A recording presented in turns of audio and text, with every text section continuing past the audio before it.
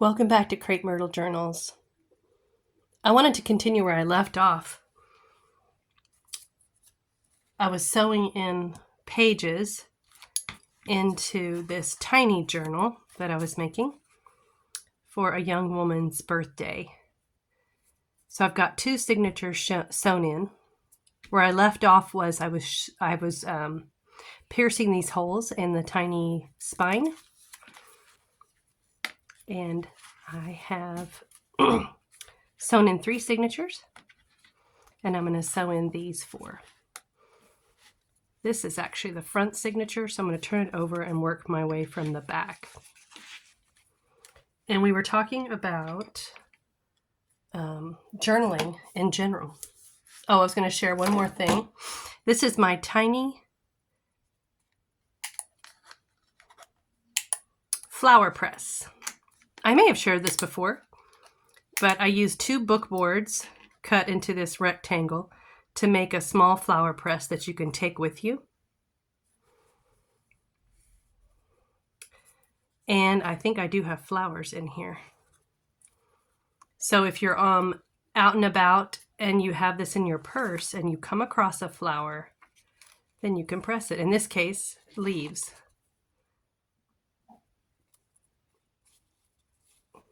Let's see if I have anything else in here. Oh, a little feather I found.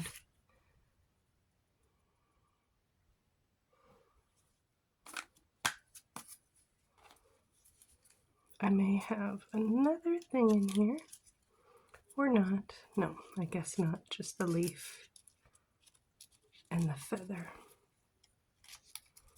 Anyway, it's easy to make with sheets of paper and 2 book boards or hard cardboard. And I just use binder clips to keep it clamped and flattened.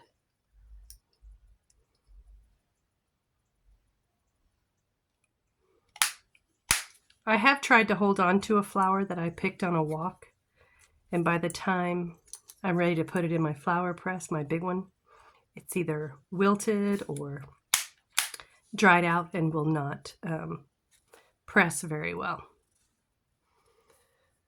That's a quick idea.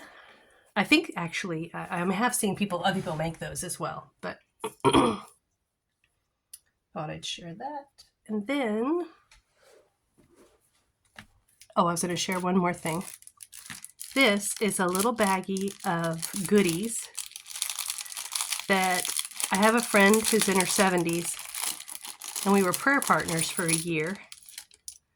But each year she helps with our church's mission sale, and she saved these tiny goodies for me, knowing I could possibly use them in a junk journal. So this is a tiny telephone charm, a tiny mushroom, a tiny magnifying glass. This looks like a charm on a little claw clip, lobster claw. And this looks like a little pin that you use like one of those round backings to. And it is a kitty cat. Isn't that sweet that she would hold on to those little things for me? She knew I could use them in a junk journal. I like that little sailboat too. Very cute. So I'm sure they will make their way into a junk journal eventually. So I'll put those with my little bits, little treasures.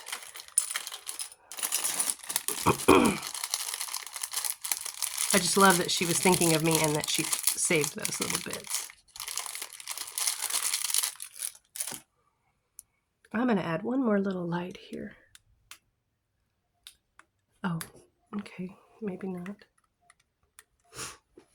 I thought that light was...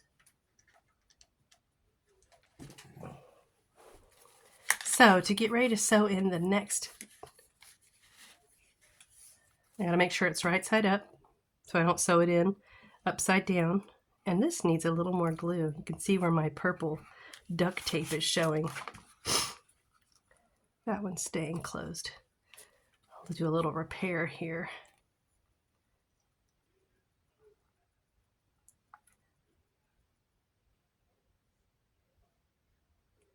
And then I think I'll clamp that down to hold it. These little quilting clips are very useful. You can get like 50 for less than $10. I think their quilters use them, but they hold things in place for you. Okay, so the next, I have my 3 needles. 2 are rather dull and 1 is sharp. I have my piece of embroidery floss. I've got the actual signature. I need to make sure it is right side up. There's no writing upside down.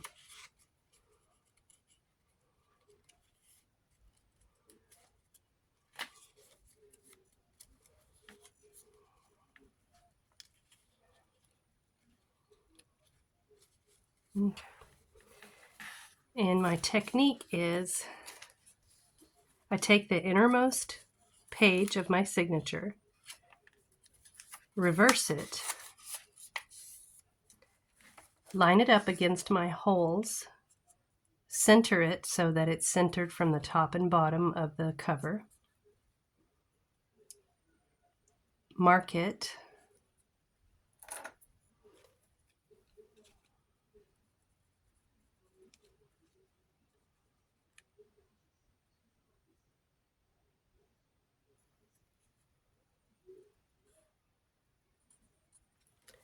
make sure I can see those holes for sewing. Here's one, here's the other. I can't really see that one.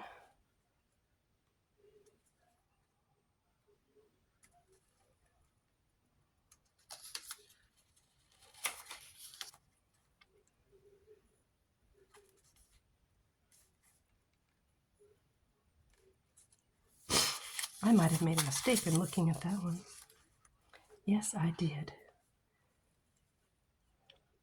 Okay, here it is. Here, here, and here.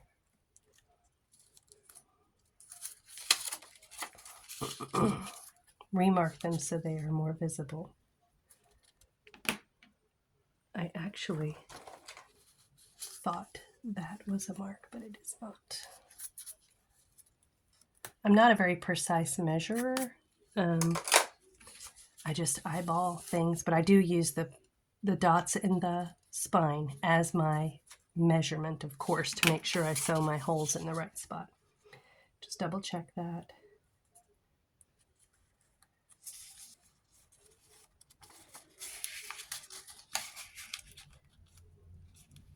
Yeah, they're all in the right spot. Then I turn that page back, and now I put the innermost page in the center of the signature and center it from the top and bottom of the page. And now I'm ready to punch my holes. I have my awl here. This is something that I bought on Amazon that has been a very good buy, in my opinion. I was making journals probably for years before I bought this little bookbinder kit. I had many of the pieces in the bookbinder kit, but not a complete kit. So I bought this, and it came with these needles that I have not experimented with that are, I think, for Coptic binding. I think it's actually upholstery and things like that. That's how it's also used, or originally used. It comes with needles in a little case. It comes with awls. It came with some upholstery thread. So this is very strong yet very thin. So it's not my favorite to bind with. I use embroidery floss for this small journal, and I bought a whole set of waxed thread that's very heavy duty. But I've added them here to my bookbinder's kit. So this has all my bookbinding tools in one spot, so I can easily grab it and bind things. I pulled out 3 needles.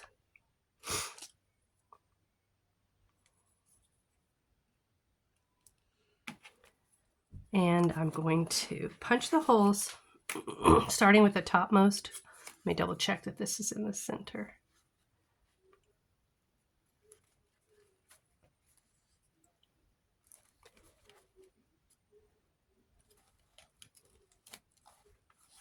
And I use one of these needles as a holder.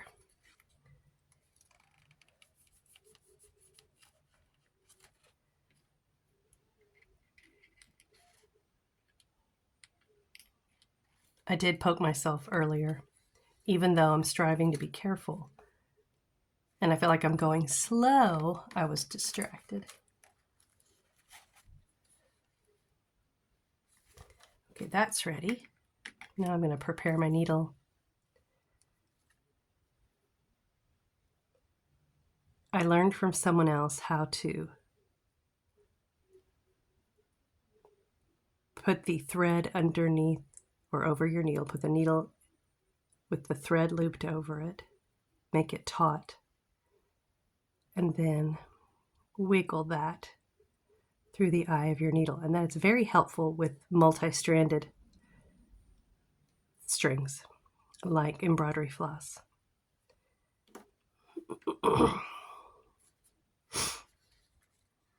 So I am going to go through the center. And this is my third signature. Double checking this is all upright. Yes, it is. I would not say that this is a tutorial on how to bind signatures in. I looked at other people's tutorials in order to learn how to do this, and there are so many. So I will not try to make a tutorial on how to do it because there already exists so many tutorials. But the people I learned from were Johanna Claw, or Claw. She's from Australia, and she is a journaler that I get a lot of inspiration from. And Pam at the Paper Outpost. Those are the two that I really followed closely in the beginning and learned how to make journals from. And speaking of Johanna Claw, actually she might be Johanna, but I know a Johanna in Honduras, so I very frequently get their pronunciations mixed up. Johanna, I think, is the crafter. But she, I really enjoy watching her channel even today because she is very much a journaler. Like, she writes in and uses her journals and is making a new journal for herself every time she fills one up with family memories, pictures, etc.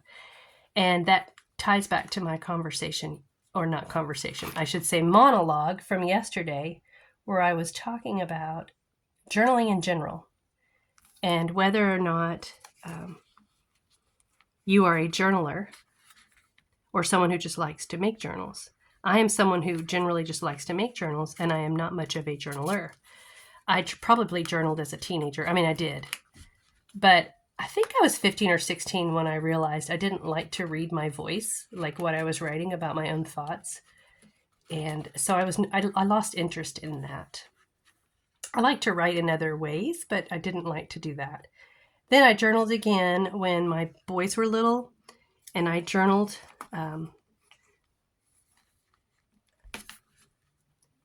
in a composition book. I just journaled things that they said or did as they got older. This was like after the baby book years. I would just journal things that they did and said,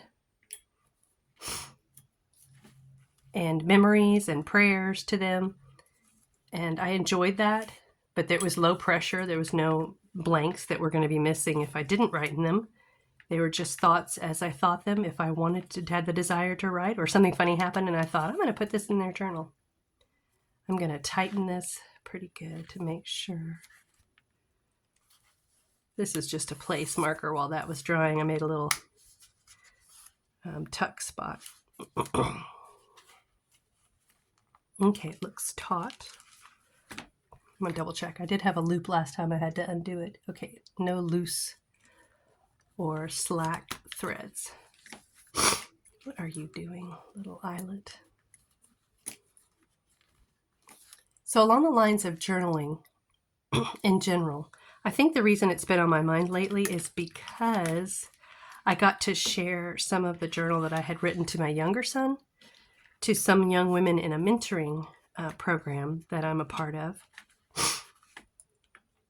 The young women, I think I'm missing a signature. Oh, here we go. Here it is. Then this one. Then this one. Is that right? Yes. And then this one. Yes.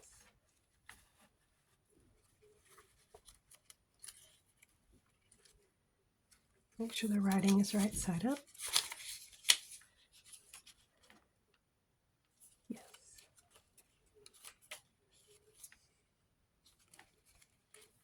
So I got to share, we were talking about making your relationship with the Lord as natural as possible, as natural as breathing, and that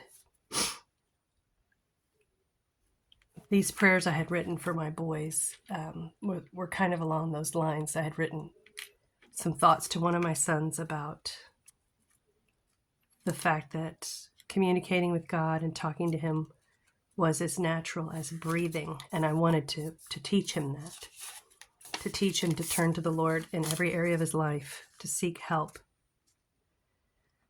And so I got to share some of the thoughts in that journal. And so journaling was on my mind as of last week. Actually, that happened this week on Monday. And I think of all the sweet memories I have of raising my two sons, or even memories of conversations with their father, my first husband. And even the last conversation we had the day before he passed away. All these little moments in our lives, I relive them sometimes and re-enjoy them, or because many of them are very beautiful to me.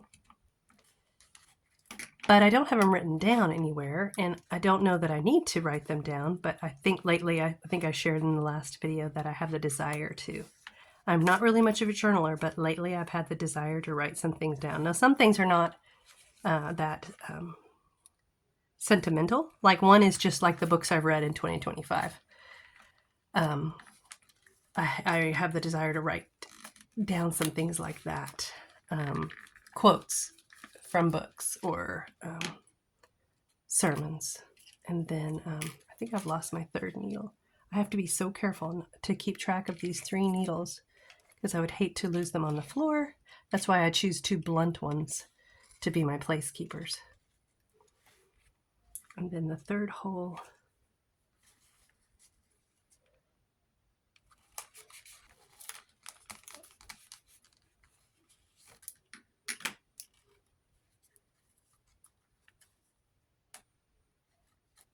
Okay, that's ready. I just need the thread. When my mind is still, like when I put my head on my pillow at night, or when I sit in the backyard and enjoy the spring sunshine, memories of so many moments come, and no one else shares those. No one else shares those memories except the Lord himself. So I can talk to him about them and relive them, the joy and the sweetness of them. Oh, that was a massive fail. Yikes. Okay, retry.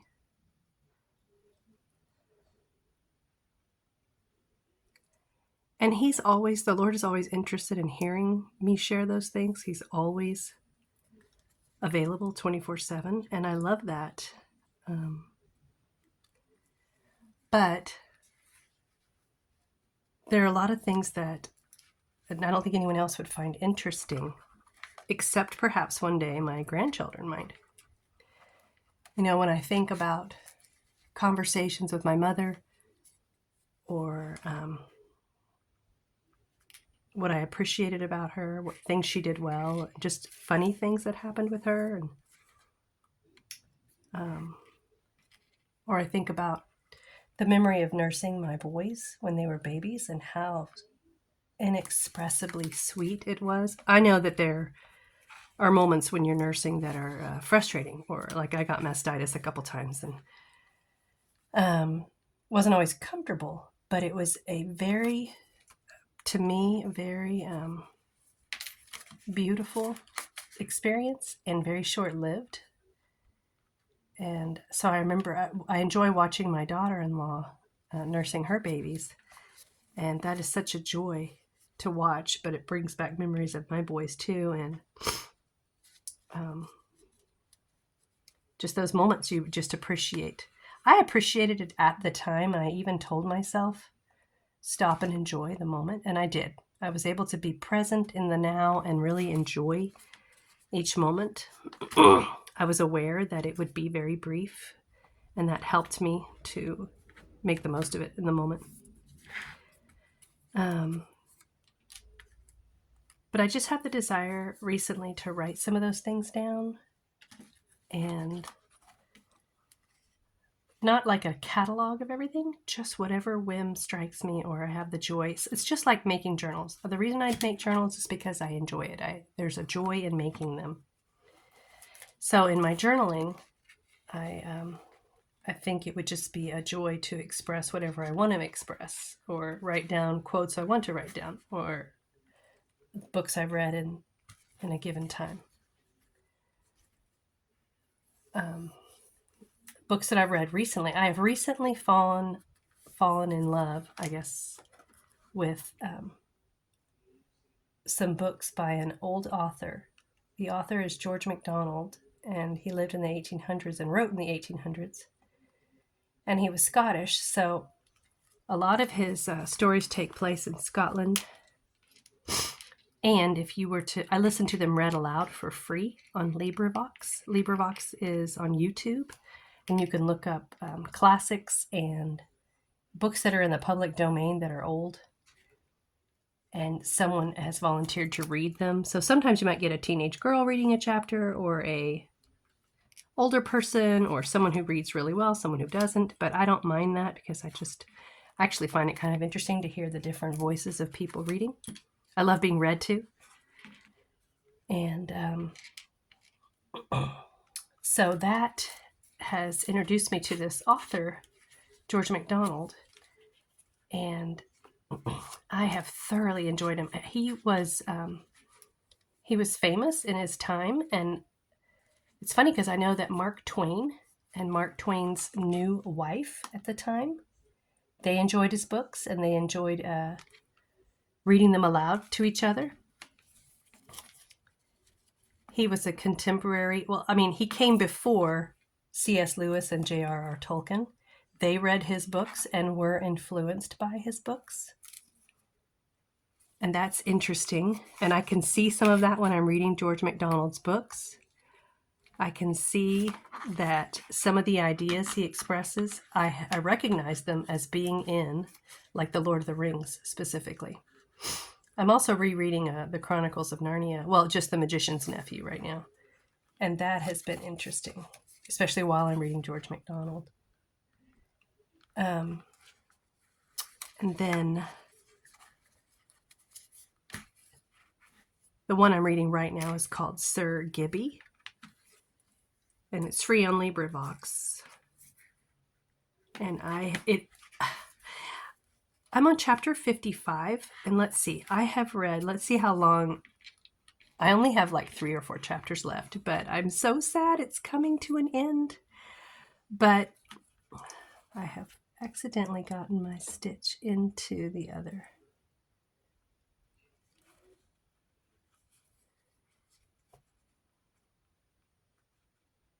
I'm so sad it's coming to an end. But the first, I'm trying to calculate how many hours I've been listening to this book. So far it's been 17 hours I've been listening to this book. And I think I have 4 hours left, and I'm so sad that it's coming to an end. because I have enjoyed it so immensely. I've been trying to savor it and just listen to it a little at a time, but I listen to it when I'm crafting, and I listen to it when I'm sitting in the backyard, and it's so good. But many of his books are about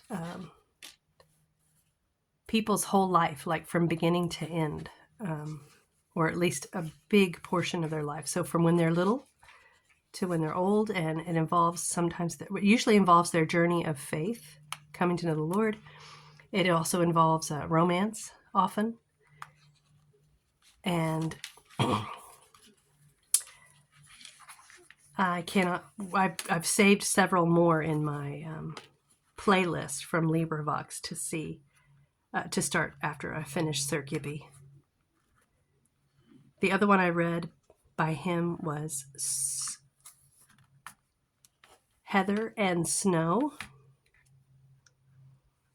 And the only drawback to, well, for some may be a drawback, is that because he is Scottish, some of the Scotch English is difficult to understand. But I have learned over the course of listening, I have learned to understand it more and catch the gist of what they're saying. But now the narrator is telling you what's happening in between, but during conversations, there will be some Scottish English, and that is sometimes difficult to understand. But what's nice is that two of the readers will tell you what the word means parenthetically. For example, the word sick is such. So if they say sick like, they mean such like. So the reader will say sick, and then parenthetically, she'll just gently say afterward, such, and then she'll continue reading. So you know that she's telling you what the meaning of that word is. So if you like to read, or if you're looking for something new to read, I cannot recommend it more. But it did take me a little while to get into the first book. But once I got into the first one, I have enjoyed every single one I've read since then. I'm not sure I'm going to be able to see this pencil.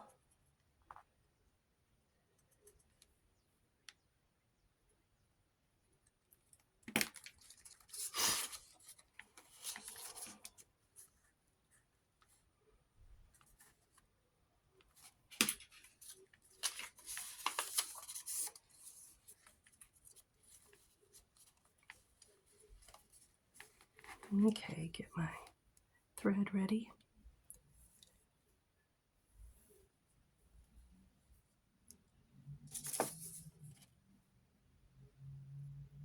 I'm excited because this summer I am going to do a workshop, a bookmaking workshop at a retirement home where my mother-in-law lives. So 2 Mondays in June.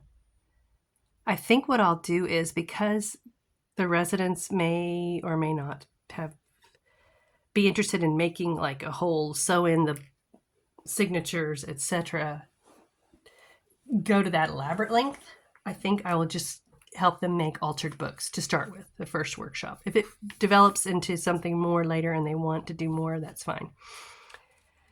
And I'm just volunteering to do it, so I can plan to do more later if there's interest.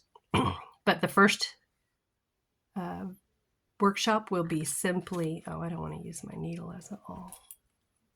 Be simply altered books, which that's where you take a book and remove some of its pages and use the rest of the book as a journal, and you can add pockets, paint on the pages, collage on the pages, etc. It's a lot of fun. I have done that before a couple of times. I was thinking as I'm making this tiny journal that this is approximately my 53rd journal that I'm making here.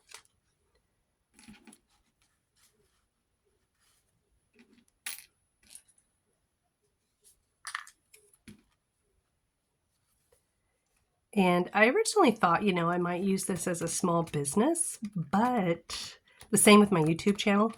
But that would require more time and energy and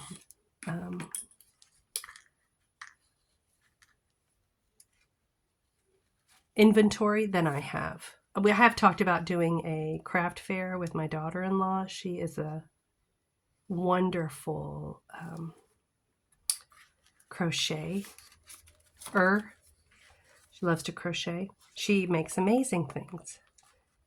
And we talked about perhaps renting a booth together. I cannot feel the other half of this hole, so I better poke it again. Now this one feels open, and that one.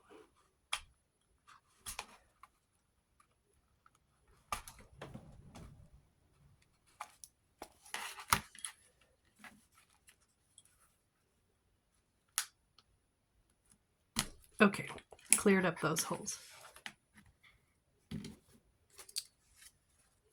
Make sure you are right side up. Okay.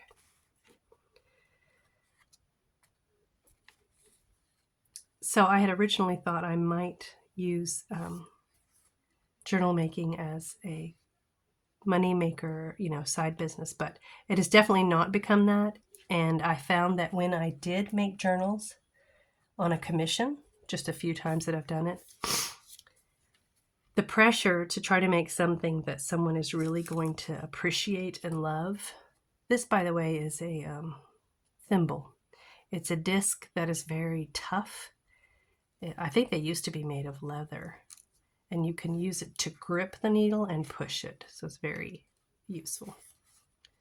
I think that might have come in my bookmaking kit. See, it's hard to get a grip on that, so this makes a great gripper, pulling it through.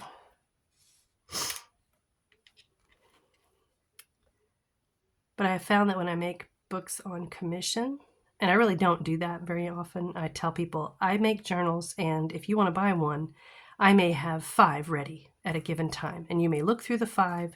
If there's one you like, you can purchase it. So that's been the extent of the small business. Not very productive, but I don't really care because I really just love making journals. So even if no one ever bought them, I'd still be making them. I give them as gifts. I've given them as bride's gifts.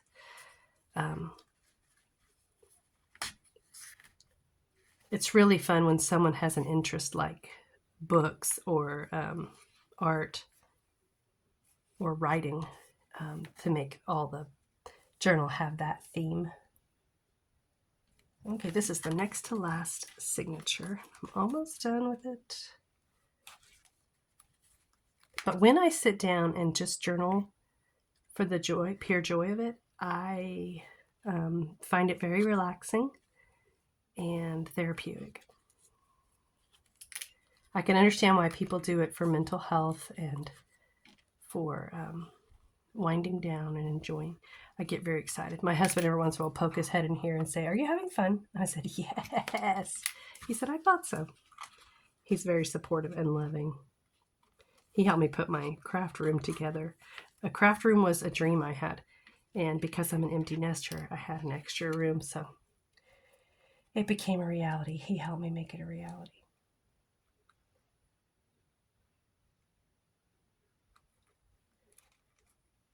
So one quote from a George MacDonald novel called There and Back. My word. I made my spine very thick, and I believe that has been giving me trouble when I made it so thick. Because I've had more trouble than usual getting my needle through here.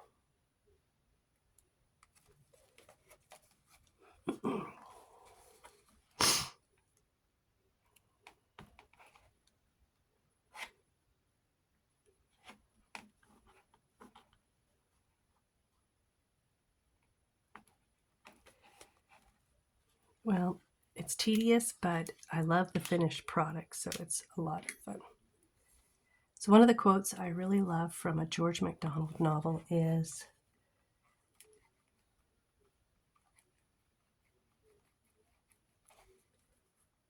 "Past tears are tomorrow's strength," I believe. Oh, I think that was from, not from There and Back, that was from Heather and Snow. Past tears are tomorrow's strength. And I thought, I really can relate to that. I feel like past sorrows have given me a lot of strength, mostly because I see that God has brought me through.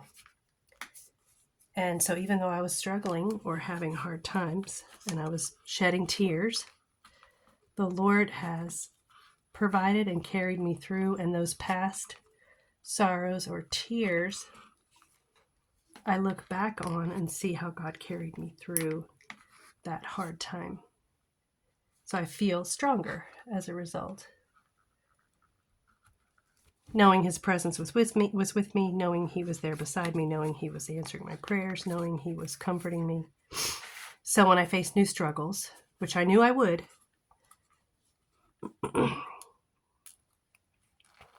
the past struggles that he brought me through are very much like Ebenezer stones or memory stones, where you mark something to help you remember the past. Now here, okay, make sure there's no loose thread anywhere. Okay, I can tighten that. So all that to say, I feel like I'm going to start journaling a little bit. Nothing pressured, nothing I have to do, just for fun. So, I mean, I could fill a journal maybe in 2 years. I might also draw in it. I don't know. I have sketchbooks that I draw in, so I may not do that. But I will stop here and sew in the last signature and get some decorating done and show you my progress later. I'm wondering how many people make journals but don't like to journal, or who maybe have journals from the past from other loved ones and which they enjoy reading. I would love to have had a journal from my grandparents or great-grandparents that I could read about their everyday lives or their faith. Or so I wonder if any of you have a journal from someone in the past, or even a glue book, a junk journal type. I know glue books were very popular in Victorian times. All right. Thank you for watching.